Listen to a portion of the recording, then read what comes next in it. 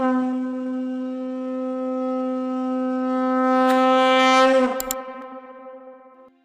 सभी का स्वागत 9वें अध्याय के भाग 2 में। तो चलिए शुरू करते हैं। श्री पराशर जी बोले, हे मैत्रेय, इस प्रकार स्तुति किए जाने पर शंखचक्रधारी भगवान परमेश्वर उनके सम्मुख प्रकट हुए। तब उस शंखचक्रगदाधारी उत्कृष्ट तेजोराशिमय अपूर्व दिव्य मूर्ति को देखकर पितामह आदि समस्त देवगण अति विनयपूर्वक प्रणाम क्षोभवश चकितनयन हो उन कमलनयन भगवान की स्तुति करने लगे। देवगण बोले, हे प्रभो, आपको नमस्कार है, नमस्कार है। आप निर्विशेष हैं, तथापि आप ही ब्रह्मा हैं, आप ही शंकर हैं, तथा आप ही इंद्र, अग्नि, पवन, वरुण, सूर्य और यमराज हैं। हे देव, वसुगण, मरुदगण, साध्यगण और विश्वेदेवगण भी आप ही हैं, तथा आपके सम्मुख जो यह देव समुदाय है, हे जगत सृष्टा, वह भी आप ही हैं, क्योंकि आप सर्वत्र परिपूर्ण हैं। आप ही यज्ञ हैं, आप ही वषटकार हैं, तथा आप ही ओंकार और प्रजापति हैं। हे सर्वात्मन, विद्या, वेद्य और संपूर्ण जगत आप ही का स्वरूप तो है।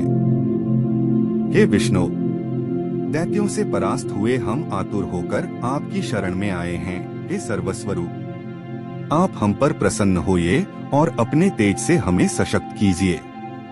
हे प्रभु, जब तक जीव संपूर्ण पापों को नष्ट करने वाले आपकी शरण में नहीं जाता, तभी तक उसमें दीनता, इच्छा, मोह और दुहक आदि रहते हैं। प्रसन्नात्मन, हम शरणागतों पर आप प्रसन्न होइए और हे नाथ, अपनी शक्ति से हम सब देवताओं के खोए हुए तेज को फिर बढ़ाइए। श्री पराशर जी बोले, विनीत देवताओं द्वारा इस प्रकार स्तुति किए जाने पर विश्वकर्ता भगवान हरि प्रसन्न होकर इस प्रकार बोले, हे देवगण, मैं तुम्हारे तेज को फिर बढ़ाऊंगा। तुम इस समय मैं जो कुछ कहता हूँ वह करो। तुम दैत्यों के साथ संपूर्ण औषधियां लाकर अमृत के लिए क्षीर सागर में डालो और मंदराचल को मथानी तथा वासुकी नाग को नेति बनाकर उसे दैत्य और दानवों के सहित मेरी सहायता से मथकर अमृत निकालो। तुम लोग सामनीति का अवलंबन कर दैत्यों से कहो कि इस काम में सहायता करने से आप लोग भी इसके फल में समान भाग पाएंगे। समुद्र के मथने पर उससे जो अमृत निकलेगा उसका पान करने से तुम सबल और अमर हो जाओगे। हे देवगण, तुम्हारे लिए मैं ऐसी युक्ति करूंगा जिससे तुम्हारे द्वेषी दैत्यों को अमृत न मिल सकेगा और उनके हिस्से में केवल समुद्र मंथन का क्लेश ही आएगा। श्री पराशर जी बोले, तब देव भगवान विष्णु के ऐसा कहने पर सभी देवगण दैत्यों से संधि करके अमृत प्राप्ति के लिए यत्न करने लगे। मैत्रेय, देव, दानव और दैत्यों ने नाना प्रकार की औषधियां लाकर उन्हें शरद ऋतु के आकाश की सी निर्मल कांति वाले क्षीर सागर के जल में डाला और मंदराचल को मथानी तथा वासुकी नाग को नेति बनाकर बड़े वेग से अमृत मथना आरंभ किया। भगवान ने जिस ओर वासुकी की पूंछ थी उस ओर देवताओं को तथा जिस ओर मुख था उधर दैत्यों को नियुक्त किया। महातेजस्वी वासुकी के मुख से निकलते हुए निःश्वासाग्नि से झुलसकर सभी दैत्यगण निस्तेज हो गए और उसी श्वास वायु से विक्षिप्त हुए मेघों के पूंछ की ओर बरसते रहने से देवताओं की शक्ति बढ़ती गई।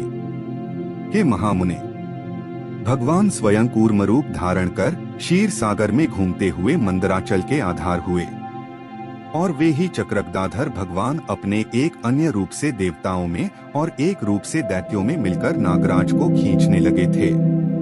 तथा हे मैत्रेय, एक अन्य विशाल रूप से जो देवता और दैत्यों को दिखाई नहीं देता था, श्री केशव ने ऊपर से पर्वत को दबा रखा था। भगवान श्रीहरि अपने तेज से नागराज वासुकी बल का संचार करते थे और अपने अन्य तेज से वे देवताओं का बल बढ़ा रहे थे। इस प्रकार देवता और दानवों द्वारा क्षीर समुद्र के मथे जाने पर पहले हवि यज्ञ सामग्री की आश्रय रूपा सुरपूजिता कामधेनु उत्पन्न हुई। हे महामुने, उस समय देव और दानवगण अति आनंदित हुए और उसकी ओर चित्त खींच जाने से उनकी टकटकी बंध गई। फिर स्वर्गलोक में यह क्या है, यह क्या है, इस प्रकार चिंता करते हुए सिद्धों के समक्ष मत से घूमते हुए नेत्रों वाली वारुणी देवी प्रकट हुई। और पुनः मंथन करने पर उस क्षीर सागर से अपनी गंध से त्रिलोकी को सुगंधित करने वाला तथा सुरसुंदरियों का आनंदवर्धक कल्पवृक्ष उत्पन्न हुआ। हे मैत्रेय, तत्पश्चात क्षीर सागर से रूप और उदारता आदि गुणों से युक्त अति अद्भुत अप्सराएं प्रकट हुई। फिर चंद्रमा प्रकट हुआ जिसे महादेव जी ने ग्रहण कर लिया। इसी प्रकार क्षीर सागर से उत्पन्न हुए विष को नागों ने ग्रहण किया।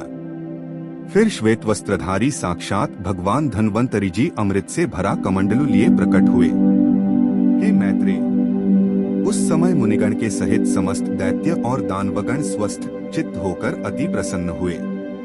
उसके पश्चात विकसित कमल पर विराजमान स्फुटकांति में श्री लक्ष्मी देवी हाथों में कमल पुष्प धारण किए क्षीर समुद्र से प्रकट हुई। उस समय महर्षिगण अति प्रसन्नता पूर्वक श्री सूक्त द्वारा उनकी स्तुति करने लगे तथा विश्वावसु आदि गंधर्वगण उनके सम्मुख गान और घृताची आदि अप्सराएं नृत्य करने लगी। उन्हें अपने जल से स्नान कराने के लिए गंगा आदि नदियां स्वयं उपस्थित हुईं और दिग्गजों ने सुवर्ण कलशों में भरे हुए उनके निर्मल जल से सर्वलोक महेश्वरी श्री लक्ष्मी देवी को स्नान कराया। क्षीर सागर ने मूर्तिमान होकर उन्हें विकसित कमल पुष्पों की माला दी तथा विश्वकर्मा ने उनके अंग प्रत्यंग विविध आभूषण पहनाए। इस प्रकार दिव्य माला और वस्त्र धारण कर दिव्य जल से स्नान कर दिव्य आभूषणों से विभूषित हो श्री लक्ष्मी जी संपूर्ण देवताओं के देखते देखते श्री विष्णु भगवान के वक्षस्थल में विराजमान हुई। हे मैत्रेय, श्रीहरि के वक्षस्थल में विराजमान श्री लक्ष्मी जी का दर्शन कर देवताओं को अकस्मात अत्यंत प्रसन्नता प्राप्त हुई। और हे महाभाग, लक्ष्मी जी से परित्यक्त होने के कारण भगवान विष्णु के विरोधी विप्रचित्ति आदि दैत्यगण परम उद्विग्न अर्थात व्याकुल हुए। तब उन महाबलवान दैत्यों ने श्री धन्वंतरी जी के हाथ से वह कमंडलू छीन लिया जिसमें अति उत्तम अमृत भरा हुआ था। अत स्त्री अर्थात मोहिनी रूपधारी भगवान विष्णु ने अपनी माया से दानवों को मोहित कर उनसे वह कमंडलू लेकर देवताओं को दे दिया। तब इंद्र आदि देवगण उस अमृत को पी गए।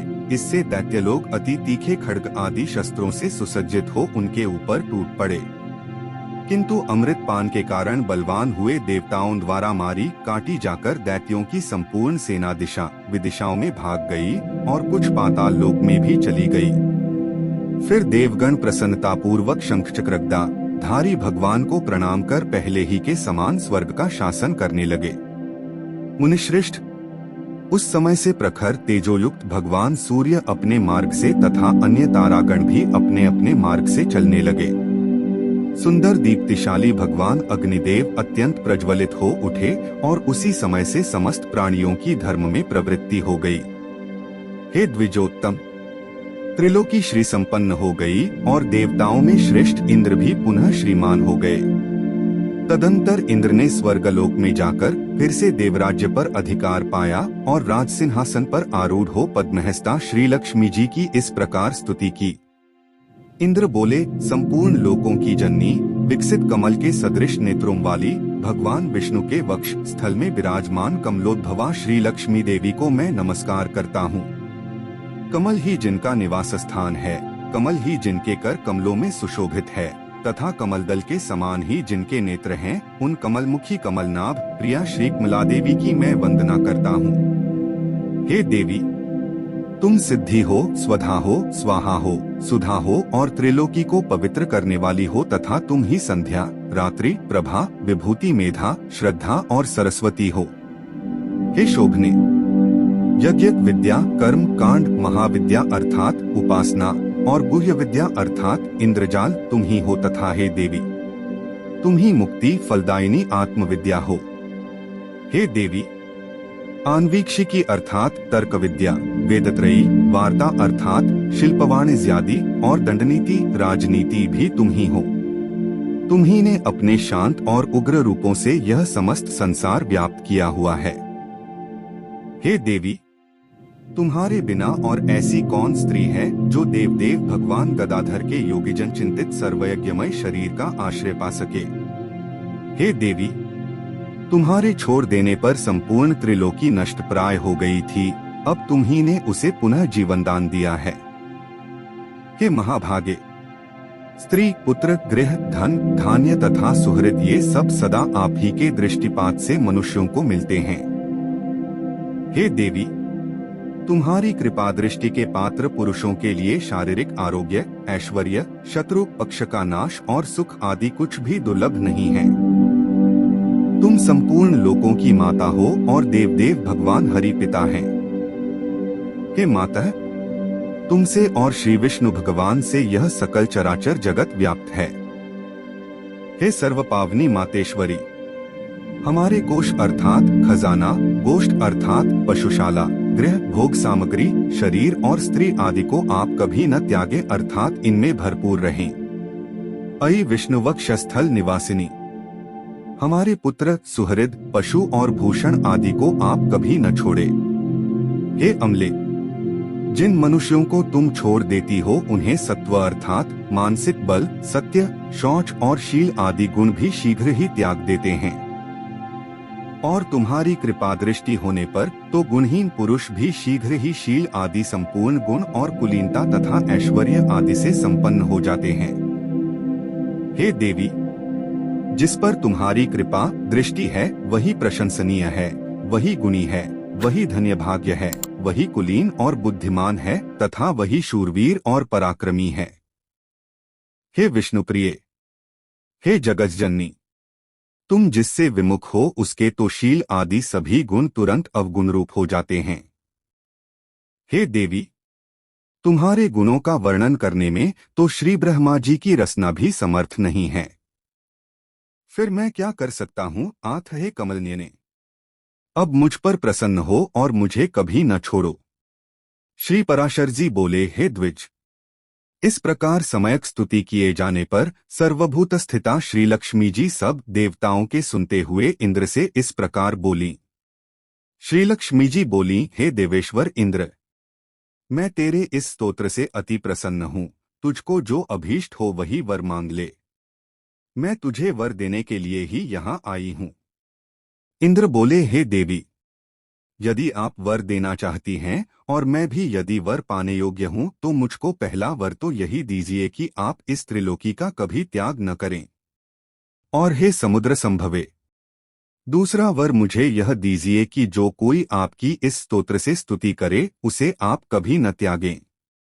श्री लक्ष्मी जी बोली, हे देवश्रेष्ठ इंद्र, मैं अब इस त्रिलोकी को कभी न छोड़ेंगी। तेरे स्तोत्र से प्रसन्न होकर मैं तुझे यह वर देती हूँ। तथा जो कोई मनुष्य प्रातःकाल और सायंकाल के समय इस स्तोत्र से मेरी स्तुति करेगा उससे भी मैं कभी विमुख न होंगी। श्री पराशर जी बोले, हे मैत्रेय, इस प्रकार पूर्व काल में महाभागा श्री लक्ष्मी जी ने देवराज की स्तोत्र रूप आराधना से संतुष्ट होकर उन्हें ये वर दिए। लक्ष्मी जी पहले गुजी के द्वारा ख्याति नामक स्त्री से उत्पन्न हुई थीं। फिर अमृत मंथन के समय देव और दानवों के प्रयत्न से वे समुद्र से प्रकट हुईं। इस प्रकार संसार के स्वामी देवाधिदेव श्री विष्णु भगवान जब जब अवतार धारण करते हैं तभी लक्ष्मी जी उनके साथ रहती हैं। जब श्रीहरि आदित्य रूप हुए तो वे पद्म से फिर उत्पन्न हुईं और पद्मा कहलाईं। तथा जब वे परशुराम हुए तो ये पृथ्वी हुईं।